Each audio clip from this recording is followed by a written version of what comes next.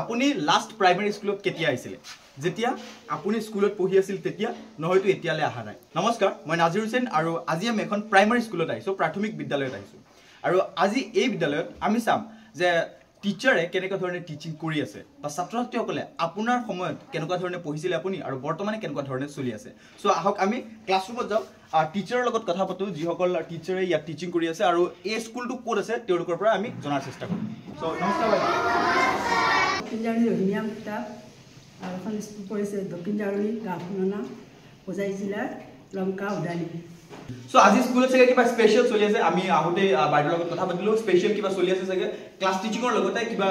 Sports activity চলি আছে so সেই বিষয়ে আমি বাইৰৰ লগত কম যে ষ্টুডেন্ট সকলক আপুনি কক যে কেনেকুৱা ধৰণে আজি এক্টিভিটি চলি আছে অলপ দেখাব নেকি আমাক যে প্ৰাইমাৰী স্কুলত আজিকালি কেনেকুৱা ধৰণে এক্টিভিটি চলি আছে বা কি চলি আছে অলপ দেখাব নেকি সো আপোনালোকে দেখিবলৈ পাইছে ছাত্ৰ-ছাত্ৰীসকলে ইয়াত কেৰম খেলি আছে আৰু ইয়াতো এটা গ্ৰুপে কেৰম খেলি আছে সো তোমালোকে কেৰম খেলি আছা ভাল লাগিছে না কেৰম খেলি ভাল লাগিছে কেনেকে খেলে গম পোৱা তোমালোকে খেলি পাই আগত পাইছা না আগত খেলি পাইছা খেলিব পৰা ঠিক আছে দিয়া ইয়াত চাওক আপোনালোকে আৰু এটা গ্ৰুপ আছে তেওঁলোকেও কেৰম খেলি আছে ঠিক আছে আৰু কিবা খেলিব পৰা ক্ৰিকেট খেলিব পৰা ফুটবল খেলিব পৰা হা ক্ৰিকেট ফুটবল খেলিব পৰা ন ইয়াত দেখিব পাইছে ইয়াত চাওক এক্সট্ৰা কিবা বাইৰসকলে পেইন্টিং কৰি দিছে থাকে ইয়াৰ বিষয়ে আমি অলপ চেষ্টা কৰিম আৰু ছাত্ৰ-ছাত্ৰীসকলক বাইৰৰ এইবোৰ কেনেকে পঢ়ায় এইটো আচলতে ইউনিক আমি যেতিয়া পঢ়িছো তেতিয়া এনেকুৱা বস্তু নাছিল সো এইবিলাক বস্তু ইউনিক হয় সো সেইভাবে বাইৰক মই ৰিকুৱেষ্ট কৰিম যে এইটো কেনেকে পঢ়ায় আপুনি অলপ দেখুৱাব নেকি যে এইটো কেনেকে পঢ়ায় বা ষ্টুডেন্টে এইটো কেনেকে লৈ আছে B for ball, C for cat, C for dog, E for elephant, F for fish, F for apple, D for ball, C for cat, D for dog, E for elephant, F for fish, G for gun, H for hat, I for ice cream, J for jug, K for kite, L for lion. আপুনি ধন্যবাদ তোমাক ধন্যবাদ ইয়াৰ কাৰণে এটা হাত চাপৰি হৈ চবে হাত চাপৰি দিয়া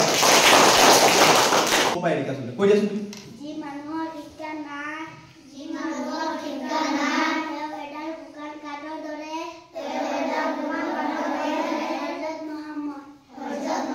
হ'ব ঠিক আছে তাই কাৰণে এটা হাত চাপৰি এই ইয়াত কি লিখা আছে তোমালোকে বুজিছা নে ভালকে বুজিছা কোনবা জি মানুহৰ শিক্ষা নাই তেও এডাল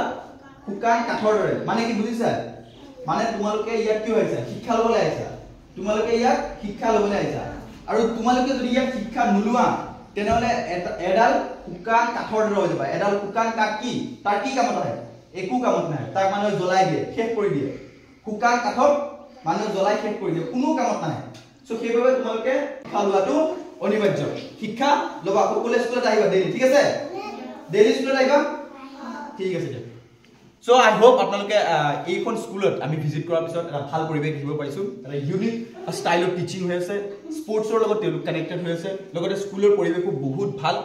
আই হোপ আপোনালোকে এই স্কুলৰ পৰা কিবা পজিটিভ বস্তু ল'ব পাৰিছে এই ভিডিঅ'টো ইমানখিনি চোৱাৰ বাবে আমাৰ ফালৰ পৰা আপোনাক বহুত বহুত ধন্যবাদ জয় আই